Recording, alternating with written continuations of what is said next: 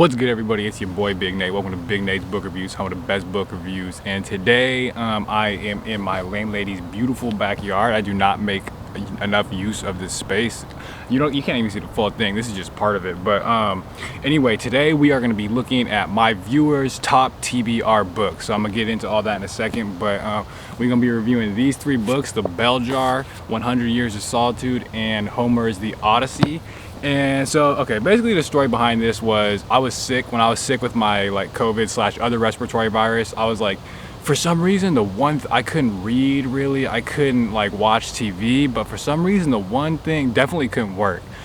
But for some reason, the one thing I was able to do was work code, but on this stupid little, I'm making a web scraping project, and I was just very excited about it, I guess. So it was the one thing that I was able to do. So basically I binged for a week, hours on hours on hours of coding straight up, to make this web scraping program that will go through the people that follow me on Goodreads. It goes through all of them who have their stuff public, of course. If it's private, you can't. But it goes through all their TBR lists. It takes every single one of their books, and it does that for every one of my viewers, which at the time was 9, or people that were following me, which is 8 or 9 people or something. But it was more just to see if it would work. And so already this list is different. Already these are not the top TV. Actually, 100 Years of Solitude is the one that stuck around for being the top TV. But anyway, all the people that are following me, I scraped, so to speak, their TBR lists, and then I compiled all of that to give me the list of the top books that my viewers want to read. And like I said, it was these three books: The Bell Jar, 100 Years of Solitude, and The Odyssey. Kind of makes sense. The Bell Jar, I guess, just because it's it's a classic book. There's no reason not to read it. 100 Years of Solitude is because it's everybody says it's amazing, but it's a hard book to read. It's an effortful book to read. I tried and failed to read this several years ago, so that I could see why it's being a top TBR. And then The Odyssey, just because it's one of the most famous pieces of literature in general.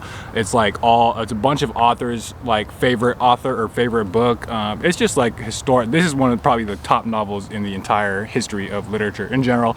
But needless to say, it's hard. So TBR. But anyway, so yes, these are the three books I'm going to read. And so just to get the lay of the land, so I'm gonna start off with The Bell Jar. And so okay, I'll see you on the other side. Okay, and we are back from reading The Bell Jar. So I'm here, joined today with me by my dog Huck. I've mentioned him on the channel, but I don't know if anyone's seen him.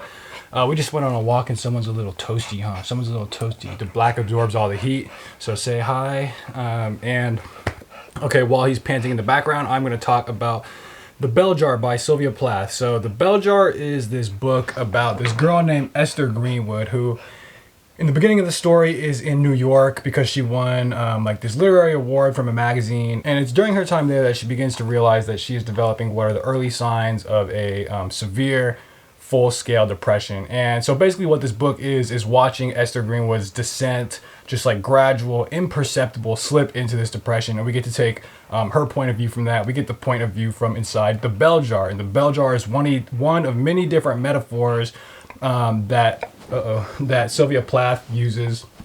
All right, now it's just gonna be me sitting in Huck's bed. But the bell jar is just one of many different metaphors that Sylvia Plath uses to describe what it's like to be suffering from this depression. The bell jar is the idea that it's this. It's just, I don't know, it's just a glass jar.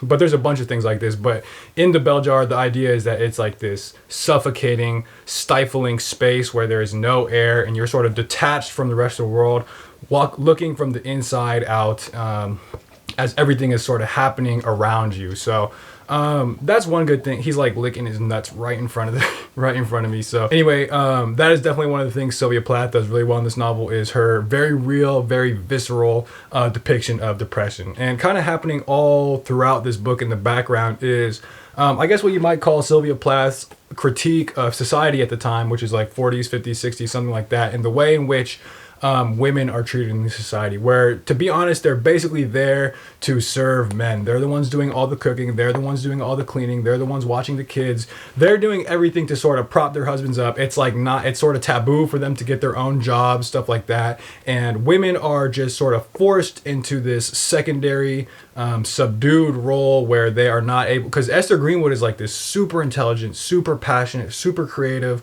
ambitious person, and she just kind of balks at the idea of getting married because she knows the second she does, all of that is just going to go right out the window. It's just going to get squandered. Yes, this is a great book that's a great depiction of depression, great depiction of the society at the time, and just an overall good read. So if this book is on your TBR, I would definitely recommend reading it. And next time I will see you here for 100 Years of Solitude. Okay, what's good, everybody? We are back in my beautiful landlady's backyard, my landlady's beautiful backyard. Although my landlady's beautiful too. Shout out to my landlady. Yes, and we are chilling in this hammock, chilling hard, as you can see. And this is extra relevant because we're talking about 100 Years of Solitude. If you read the book, you know what I'm talking about. But 100 Years of Solitude by Gabriel Garcia Marquez. So this is now, I would just say right off the bat, one of my favorite, if not my favorite book of all time, period. So, and it is basically the story of the rise and fall of this fictional village, town, whatever you want to call it, called Macondo. And along with that, you are also watching the rise and fall of an entire family lineage, the Buendia family, starting with the matriarch and the patriarch, and then you follow the family across like, it's something like 6 generations until to the very last member of the bloodline. So you're watching the family dynamics change, you're watching the birth and death of all these different generations of people who you come to know and love so much, and along with that, you are also seeing kind of in the background changes that are happening to the actual village itself. This book takes place over the course of 150 years, so it's huge in scope, but you're watching the change of political structures, you are watching wars break out, you are watching the advent of new technologies, and all of this basically to me is what 100 Years of Solitude in terms of plot, that's what this book is about. But just right off the bat, Gabriel Garcia Marquez's writing in this book is just fantastic. It's brilliant. I've read other Marquez and it was good, but it didn't really stand out to me. But 100 Years of Solitude, in my humble opinion, is some of the best writing, I feel like, for my own personal taste, some of the best writing I have ever read. His writing is just so full of life and so full of color, and just even down to the mechanics of his sentence, there is like just an eloquence and like a substance to it that I was just eating up. So his writing is swag on 100.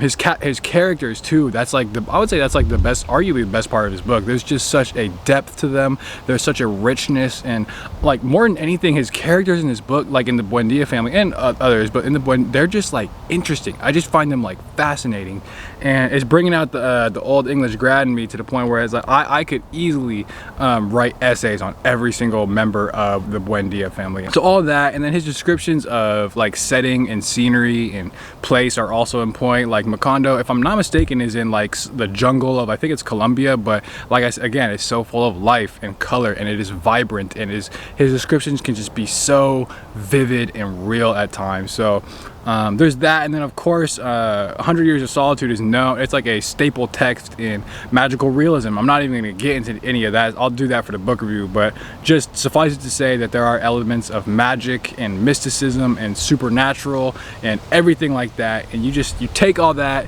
you mix it all together, and you just wrap it in Marquez's just beautiful, fantastic writing, and what you get is 100 Years of Solitude. So yeah, could not speak highly enough about this book. It is definitely like an effortful book, but so if it's on your TBR list and you're up for the challenge, it is 100% worth the effort. So obviously look out for the full book review on that, and then up next we're going to do a book I also have high expectations for, the Odyssey, so I will see you there.